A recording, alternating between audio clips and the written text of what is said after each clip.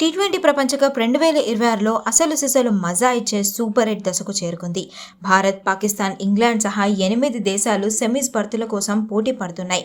అయితే ప్రస్తుతం శ్రీలంకలోని కొలంబోలో కురుస్తున్న భారీ వర్షాలు టీమ్స్ భవిష్యత్తును మార్చేలా కనిపిస్తున్నాయి. ప్లేయర్స్ పోరాటం కంటే వాతావరణమే టీమ్స్ పాయింట్స్ను బాగా ఇన్ఫ్లుయెన్స్ చేసేలా కనిపిస్తోంది.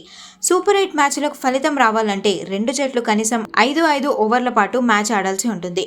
ఒకవేళ వర్షం కారణంగా కనీసం 5 ఓవర్ల ఆట కూడా సాధ్యం కాకపోతే ఆ మ్యాచ్ను అధికారికంగా రద్దు చేస్తారు. సెమీఫైనల్, ఫైనల్ మ్యాచ్లకు ఉన్నట్లుగా సూపర్ 8 మ్యాచ్లకు రిజర్వ్ డే అనేది ఉండదు. మ్యాచ్ రద్దయితే రెండు జట్లకు చెరో పాయింట్ వస్తుంది. గెలిస్తే వచ్చే 2 పాయింట్ల స్థానంలో కేవలం 1 పాయింట్ మాత్రమే రావడం సెమీస్ రేసులో ఉన్న టీమ్స్కు పెద్ద దెబ్బ అనే చెప్పాలి.